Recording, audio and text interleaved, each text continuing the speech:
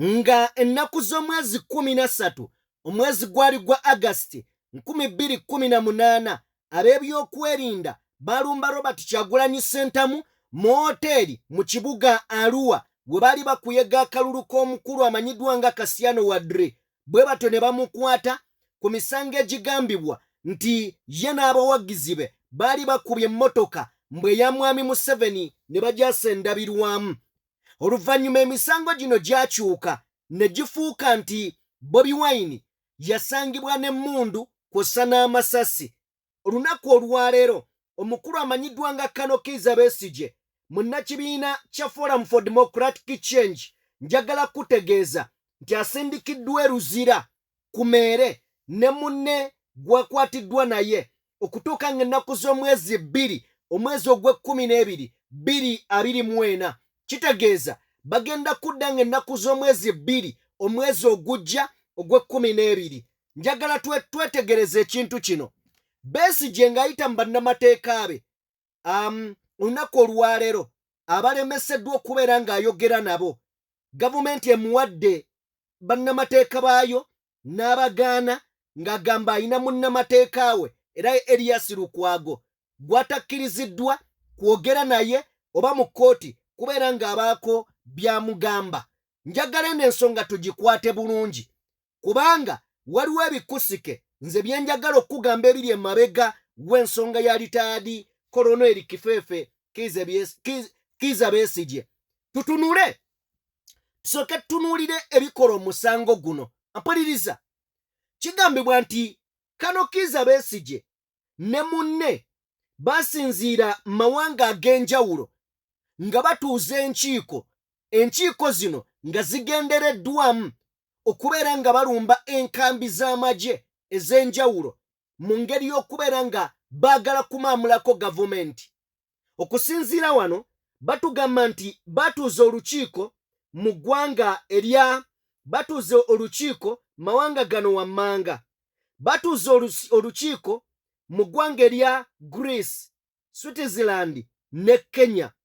Eno yonna nga bali mu kuteesa butya bwe bagenda okulumba enkambi ez'amagye okubeera nga bamamulako gavumenti eno. Now njagala tutunuulire ffe ng'abatunuulizi, of course ngenda bayisa yonna naye njagala tutunuulire. Litaadi Kizza Besigye yakwatibwa ddi?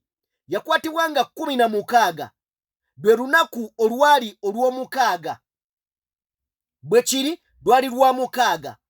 Okuva ku lw'omukaaga ng'omuntu aggiddwa mu hoteri eya Riverside wali munda mu ggwanga erya Kenya, amawulire ne gatafuluma ku olwo lwawambiddwa. Ku Sande ne tutagamanya, ku Mande ne tutagamanya, ne tubimanya mu matumbi budde ng'ate breaking the story ye mukyala we Winnie Byanyima. Twetaaga okwetegereza ennyo. Mu ngeri y'emu olunaku olwaleero Bobi Wine ayogeddeko eri eggwanga olunaku olwaleero ng'asinziira ku mukutu ogwa NTV attaanyiza ku nsonga nnyingi.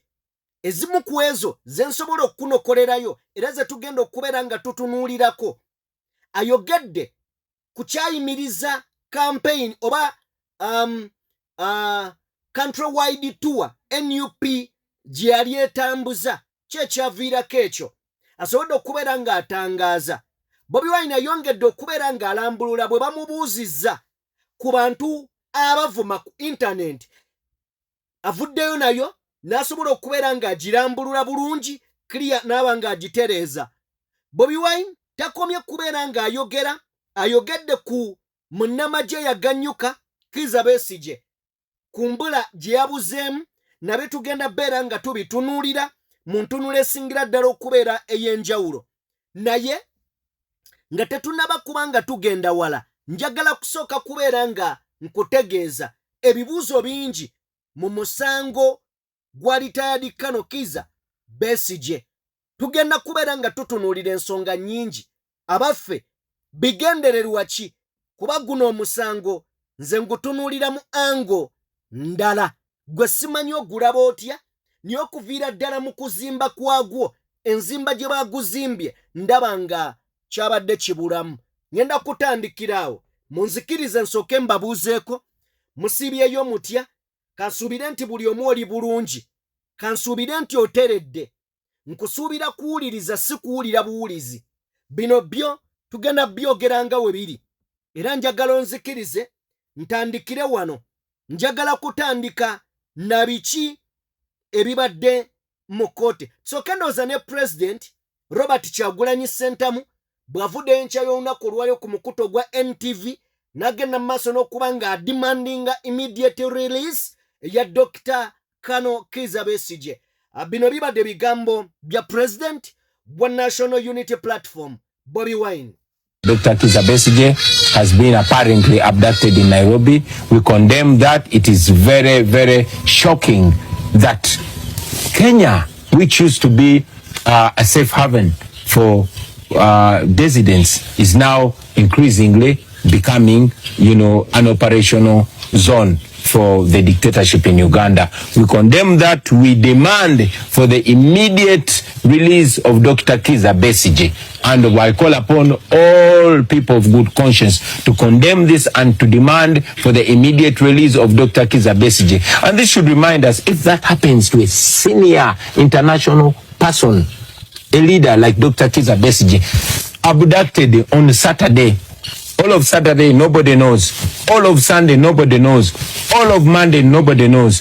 It is Tuesday. There's no statement whatsoever. But we pick from his family that he has been brought to Uganda against international law, against all extradition laws. So we demand for the immediate release of Dr. Kizza Besigye wherever you are. Dr. Kizza Besigye, we stand with you, we respect you, and we will fight for your freedom just like you've always fought for our freedom. Ebyo bye bibadde bigambo bya Mr. President ng'ayogera ku kukwatibwa kwa Dr. Kano Kizza Besigye. Ebyo abyogedde ku makya Bobi Wine. Naye ku makya nga bw'owulidde yakwatibwa lunaku lwa 6. Tewali statement yakolebwa yadde amawoteeri kwe yali Besigye. Ku lunaku olwa Sande ni watabawo mawulire gonna gafuluma. Ku lunaku olwa Mande ni watabawo yadde mawulire gafuluma. Olunaku olwokubiri lwe tutegedde ekiro ekikesezza olwaleero.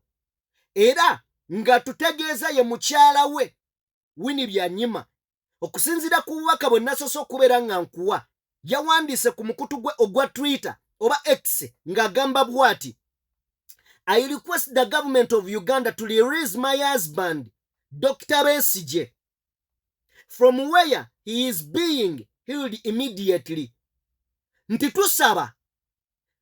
tusaba gavumenti ya Uganda eririzinga omwami wange yonna gye yamusibidde mu bwangu ddala. He was kidnapped last Saturday while he was in Nairobi for Honorable Martha Karuwa's book launch. Yali mu ggwanga erya Nairobi ku kutongoza kw'ekitabo eri Honorable Karuya Martha. I am now reliably informed that he is in a military jail in Kampala. Agamba nti ntegeddeko nti omwami wange ali mu kkomera ery'amagye mu Kampala.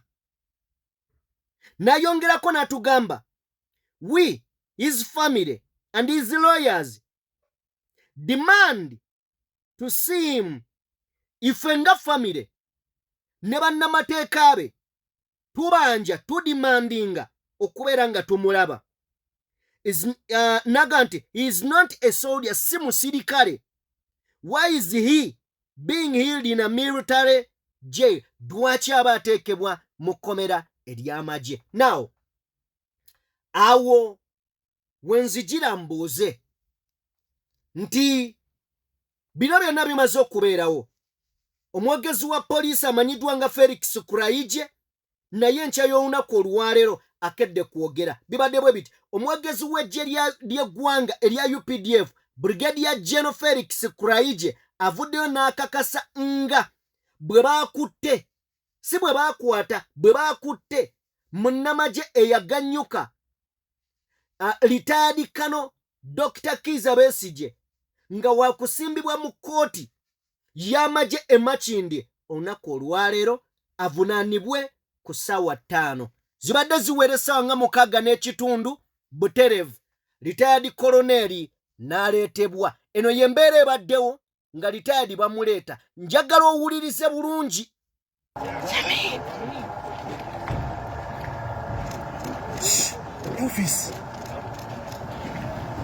Office makwire.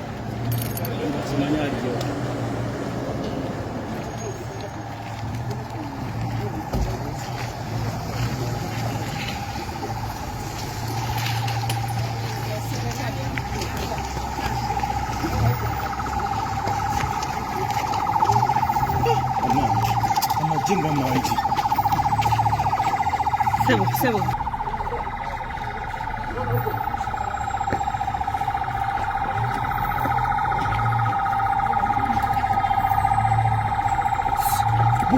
Kwata kifaananyi.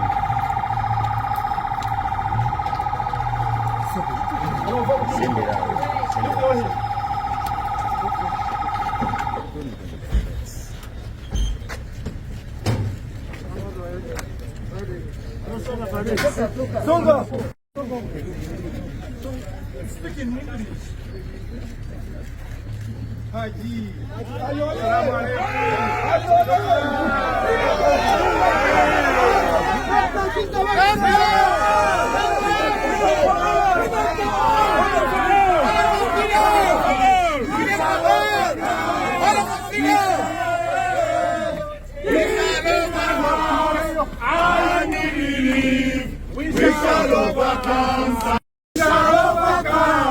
We shall overcome someday. Deep in my heart, I do believe we shall overcome someday. Museveni will go, Museveni will go, Museveni will go someday. Deep in my heart, I do believe Museveni will go someday. Museveni will die. Museveni will die. Museveni will die someday. Deep in my heart, I do believe Museveni will die someday. Embeera bwetyo bwebadde era nga nkyagenda maaso n'okubeera nga nkwongera buli kimu nga we kibadde mpuliriza okusinziira ku ludda oluwaabira Colonel Kizza Besigye olw'amagye mu musango guno lugenze maaso n'okubeera nga lutegeeza nti Dr. Colonel Kizza Besigye wamu ne munne Abyogedde Lutale luno nno nga lukulembeddwamu amanyiddwa nga Rafairo Mugisha lutegeezezza kkooti nti wakati w'ennaku z'omwezi nga wakati w'omwezi ogwa Okitoba 2023 ne Novemba 2024 kigambibwa nti mu bibuga okuli Athens ekyeggwanga erya Greece, Geneva ekyeggwanga erya Switzerland kw'ossa ne Nairobi ekyeggwanga erya Kenya, bano abakulu baali batuuza enkiiko oba enkuŋŋaana ez'enjawulo mu bibuga bino oba mu nsi zino, nga bano baali batuuzizaayo enkuŋŋaana okubeera nga basonda ssente n'okukuyega obuyambi obw'enjawulo basobole okubeera nga balumba enkambi z'amagye. Era nga bano kigambibwa nti bano bavunaaniddwa emisango 3 oba olunaku olweyo bavunaaniddwa emisango 3. Emisango 3 okuli okusangibwa ne basitoola 2 emmundu bu basitoola 2 kw'ossa n'amasasi 8 nga bino babirina mu kaseera ako era nga we babakwatidde wali ku Riverside apartment e Nairobi mu Kenya ng'ennaku z'omwezi 16 Novemba. Bagamba nti bano babadde bamenya mateeka. Statement ennamba tugisome nga bweri. Munnakibiina kya Forum for Democratic Change retired Colonel Kifefe Kizza Besigye asindikiddwa e Luzira yeebakeyo okutuusa ng'ennaku z'omwezi 2 ogw'Ekumi-n'ebiri 2024. Besigye aleeteddwa mu kkooti y'amagye e Makindye emisana gw'olunaku olwaleero n'asomerwa emisango omuli okusangibwa n'emmundu n'okutuuza enkiiko ezitali mu mateeka nga banoonya obuyambi okulumba enkambi z'amagye mu Uganda. Enkiiko zino zituuziddwa mu nsi ez'enjawulo mazo zikusomera wali Great Switzerland ne Kenya. Emisango gino abawawaabirwa bagyegaanye. Besigye ne munne basobodde okubeera nga emisango gino bagyegaana era nga batugamba okusinziira ku statement batugamba nti Dr. Besigye aleeteddwa mu kkooti ey'amagye Makindye wakati mu byokwerinda ebitagambika eby'amaanyi era ssentebe wa kkooti eno Brigadier General Freeman Robert Mugabe amusomedde emisango ena. Emisango ena wabula gyonna Besigye agyegaanye. Munnamateeka wa Dr. Kano Kizza Besigye Lord Mayor Ssaalongo Eriase Lukwago asabye kkooti egobe emisango gino. N'agamba nti kkooti eno terina buyinza kubeera nga ebawozesa oba ewozesa terina buyinza buwozesa muntu wa bulijjo atali munnamagye. Kitegeerekese atali munnamagye. Ne kaakati Bobi Wine era naye baamukwatira eno si bwe kiri naye gye baamuwozeseza mu y'amagye. Wabula ssentebe wa kkooti eno amanyiddwa nga Freeman agenze mu maaso n'okubeera nga abategeeza nti kkooti eno erina obuyinza obubawozesa, erina obuyinza obugiweebwa ssemateeka mu kawaayiro namba 1017 okuwozesa abantu bano. Ebyo Dr. Besigye aganye okubaako kyayogera olw'ensonga nti tannaba kubeera ng'ayogera ne bannamateeka be yadde n'omu. Agamba nti okuva bwe baamukwata ng'ennaku z'omwezi 16 nga bamujja mu ggwanga erya Kenya tayogerangako na muntu yenna. Tusooke tuwulirize Besigye then kwena ensonga nga ngivaako nkoncludinge nange nga bwe ndowooza. Naggambye nga bwe ndowooza nkiddamu nga bwe ndowooza eno kolobba. Guno si musango ayagala okukakasa tugenda kuddayo nga 13 August 2018 ku gwa Robert Kyagulanyi Ssentamu. Besigye si gwe mulundi ogusoose ogamba nti nno asangiddwa n'emmundu. Tujja. I was only informed that I was coming to court a few minutes ago. I have not been in contact with any person since we were arrested from Nairobi. So I could not have taken a brief to any lawyers. But we have government lawyers who are managed by the government. It is not being Simon Suga and I have already said I will be having my own lawyers, but I haven't briefed them yet. the same with me. The same with me.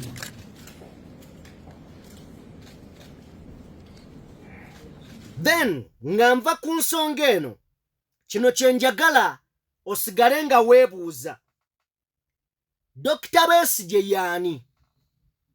Ekyo bw'omala okyeddamu omanye nti muntu munene obwenkanidde awo ebyaddala.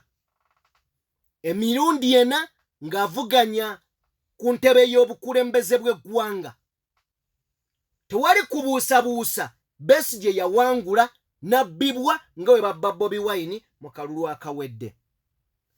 Ekibuuzo kye njagala weebuuza ekirala, hoteri ya Riverside yali luddawa okubaako obubaka bwetegeeza nti client waffe yabuze eggulo oba yabuze okuva ku ssaawa bwe ziti abadde alina okudda ku hoteri ku ssaawa bwe ziti talabise? Kale bayinza okulwawo okukitegeera ne tekisobola kutwala nnaku bbiri. Omuntu omunene bw'atyo tusuubira statement okuva mu gavumenti y'eggwanga erya Kenya okubaako kyeyogera. Simanyi oba mutunuulidde ku mitwe titles ezikubibwa ku gamu ku ma-TV zigamba nti Ugandan opposition leader. Ekyo simanyi oba musobola okitegeera. Ugandan opposition leader Dr. Kiza Besigye. Eyo titles eyo sinsobi. Nekira kyenjagala weebuuze nti okuva ku Saturday lwaki family eririizinze lwaleero obubaka buno obutegeeza nti omuntu waabwe yabula? Nakyo kiteeke ebbali naye ng'osigala okyebuuza, abaffe ngeri ki gavumenti gy'eyinza okukwata omuntu n'emuyingiza okusobola omufuula ow'amaanyi? Nkiddemu, gavumenti biki by'eyinza okukozesa okufuula omuntu ow'amaanyi, okufuula opponent waayo ow'amaanyi, okufuula omuntu yenna gwe yagala okufuula ow'amaanyi? Wano we ŋŋambira nti bannabyabufuzi muli balala. Bannabyabufuzi muli balala, ne Katonda asaasire ennyo ffe baakakyere ate ababawagira. Kubanga weebuuza kino ekirowoozo lwaki baakizimbye. Mumanyi nti nno abantu babeera mu makomera naye nga baliyo nga baliyo mu bigambo naye ng'amazima bali bweru. Tojja bitegeera. Oyinza obutabitegeera nojja kgenda obitegeera mpola. Bamusibye okutuuka nga 2 Ogw'Ekkumi si bwe kiri? Banga sidde n'okuva kati ndowooza eyinza kubeera nga wiiki emu n'ekitundu n'ennaku ezigwamu abe ng'akomezebwawo mu kkooti. Then nze njagala mmwe mubikule amaaso n'obwongo bwammwe bubeere buggufu. N'obwongo bwammwe bubeere buggufu baganda bange. Otherwise tujja kusumagira naye nga tumanyi nti tuyingira 2026. Sijja kuyingirira nnyo bintu biri mu kkooti. Naye njagala omanye tituyingira 2026. Bw'otunulatunula ebbali n'omanya nti bano bakolagana batya ne bannaabwe abali mu opposition. Bw'omala okumanya nti kale babadde basinkana naye ebigambo ki bye boogera oluvannyuma lw'okubeera nga tebali bonna ti tewali bigambo birungi, gwe nga weesootinga onoonya woogwa. Njagala kubeera ng'eyo ensonga ngikwata ngiteeka ebbali. Bwe mba nga ngiwummuza ebbali, ffenna tumanyi nti wabaddewo country wide tour NUP gye badde etambuza okwetooloola ebitundu by'eggwanga eby'enjawulo. Kamuli, Soroti, basembeyo nga bali basembeyo babadde luddawa neerabiddewo, naye yayimiriziddwa poliisi. Tubadde tumanyi abamu nti bandibeera akalembereza NUP baagikawadde lwakalulu akali ekisolo nga tugaakale katulinde tulabe, neera bwe kaawedde abasajja ne baggalawo. Bobi Wine abuuziddwa lwaki ekyo kyatuuseewo asobodde okubeera ng'ayanukula era bw'ati bw'ayanukudde. Enough of being downtrodden. We were in Busoga, and the regime, in its wisdom or lack of it, denied us the right to move on the main roads. They pushed us into the dusty road, into the remote areas. They didn't want us to go past towns because they thought it would expose massive support for us, which they don't want the world to see. But this was an advantage because wherever we went through, oh my God, we went through Busoga, and it was sickening. The poverty that is crushing people who are seated on very productive land. You would see acres and acres of sugarcane, but knowing that that sugarcane does not benefit them because it was crushed. We went to Karamoja, the same thing, you know, and the subjugation, because there was a roadblock after a few kilometers. You know, we went to Teso, same thing. We came from there, went to Kisoro, you know, not any different. Now, the last one before they came in to stop us was in Buyukwe, here in Uganda. And wherever we go, we speak about the peculiar problems that are in those areas, and we also show them how to overcome them. We talked about sugarcane in Busoga, which was their bread and butter, but now, you know, it is taken over, especially by foreigners. We spoke about the minerals in Karamoja. We spoke about the past glory of Teso. Those people used to grow lots of cotton and benefit from it, but you know, even the Guinea is nowhere to be seen anymore. Their roofla of Teso, you know, is not functioning anymore, thanks to the fact that they did not compensate their cattle that was taken. Same story everywhere. Here in Uganda, we spoke about the recent takeover of their coffee, which we all know is not anything to do with rationalization, but it's everything to do with economic impoverishment, with taking over everything that the people of Uganda have, just like they did it to Busoga, just like they did it to Teso, to Karamoja, and all these other regions. Okay. So we keep going around, opening the eyes of the common people to the very basic and simple realities, to make them understand that they need the change. And glad enough, they understand. Kansubire nti nno ensonga gitegedde bulungi. Bobi Wine bongedde okubeera nga bamubuuza ku nsonga y'abajenzi, generation Z eno, omulembe oguliko, omulembe gwa intaneti, bamubuuza kubavuma abantu era abo abakwatiddwa ne basibibwa. Bobi Wine bw'ati bw'ayanukudde, ndowooza yanukudde mu nsonga mu ngeri esingira ddala okubeera ey'enjawulo, nange gye nandyagadde ayanukule. Bino bye bibadde ebigambo bye. You do have a lot of your supporters being the younger generation, the Gen Z generation that expresses themselves through social media, and many of them made full victims to this Computer Misuse Act. How are you, what is your message to them so that they can be mindful while they are rallying and following the route of opposition, and not to then fall victims of this act? That's double standards, that's shamelessness again. But it is typical when dictators are in their evenings.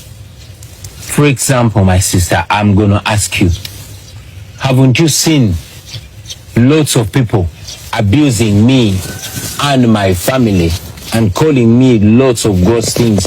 These people are not just anybody you find on the street, but those that abuse me are actually rewarded by positions. Any blogger that abuses me with the most gross words is going to either be made presidential advisor or going to be made RDC here and there. You've seen RDCs that even strip themselves, that abuse the king of Uganda, abuse traditional leaders, abuse everybody, that are obscene. You have seen them. You have seen religious leaders that come out and turn themselves into unimaginable things. These people are rewarded. You find a pastor who will say gross things about people that are opposing Museveni, and the following day you will see military escorts rewarded to them. And what happens to people that complain or that speak against Museveni? They are persecuted, they are arrested, they are tortured. I saw a young man who was so beaten and even his teeth removed. So this is double standards. Not that we support wrong language. No, we don't. We don't support insults. And we have spoken about it numerous times. But we must also understand what these young people feel. Think about a young person that went to school, finished studying, didn't get a job, left for Arab countries, hustled for years, got in Tandikwa, came back here, bought a border. Border was impounded by the police for no clear reason whatsoever. Their businesses are crushed and all that. When you find them on social media expressing themselves, you should understand when Museveni was our age, he did not go on social media. He did not quarrel. He picked a few fellow thugs of his and they picked guns and they started killing, they started looting, they started raping. So much as I don't agree with verbal insults, okay, social media. Okay, Bobi Wine agamba oba agambye nti lowooza ku muntu ku mwana eyasoma naye nga amaze okusoma tewali mulimo ne yeeyiya n'agenda mu Arab countries eyo n'anoonya ekikumi n'atoba n'asolinga n'akomawo n'agula bodaboda ye poliisi n'egikwata n'egipaakinga wali ebbali n'eyonoonekera awo. Oyagala ayogere ki? Bobi Wine ayongedde okubeera nga abaako ensonga z'atangaaza bw'ategeezezza nti bino byamwogera mmwe mugenda maaso n'okubeera nga kwega simanyi wenyeza kyogera okubeera nga mubijanjawaza mubigaziya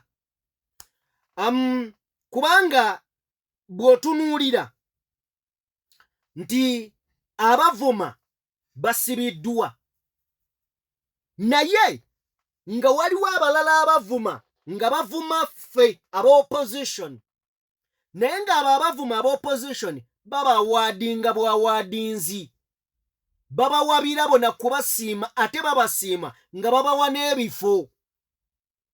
Ojja kwesanga ng'omuntu yajjamu empale n'akunamira Obuganda n'akunamira Ssaabasajja Kabaka n'abakulembeze abalala naye nga bamuwa obwa deputy assistant RDC.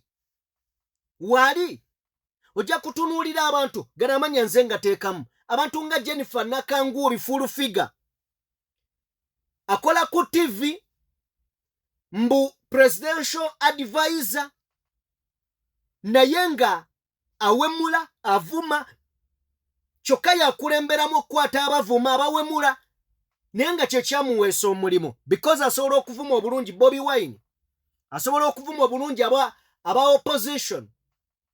So Bobi Wine agamba nti wabeerewo obwenkanya oba okitegeera era awunzisa kugamba nti taencouraginga baana bano okuvuma ne bw'otunuya n'oweeyinga bw'oti olaba ng'oba oli awo abamu bagwanidde. You understand? So njagala kubeera nga nvaayo eyo bwe mba nga nvuddeyo njagala kubeera nga nkwolekezaako ebintu bingi ebijja mu paalamenti. Bobi Wine abyogeddeko ennongoosereza nnyingi mu mateeka agajja mu paalamenti agogeddeko bw'ati njagala tumuwulirize. The consequences when you do what we disagree with. Yeah. Okay, let's move to electoral reforms. I know that currently that is the fever that is around the country. Parliamentarians are calling for electoral reforms. Activists are calling for electoral reforms. I know the opposition is of the same voice, but in particular, which reforms would you want to advocate for in this season as we head into yet another cycle of elections? The first reform should be respect for the rule of law. Even as it is, our law has been messed with a couple of times. Our constitution has been messed with a couple of times. But even our constitution as it is, if it's respected, you know, it can get us to where we want to go. But it's not respected. There's zero rule of law in this country. Zero. It is impunity that rules. So how are you going to tell me that you're going to have a good constitution without constitutionalism? So for us, what we were advocating for is respect, at least basic minimum respect for the rule of law. I would agree with reforms, good reforms, if at all they were to make sense. But I'm convinced that they don't make sense at all, especially looking at who brings them, how he or she brings them, and where he or she is taking them. For example, the first reform, if the person presenting those reforms was honest, the first reform should be the constitution, about how the Electoral Commission is constituted.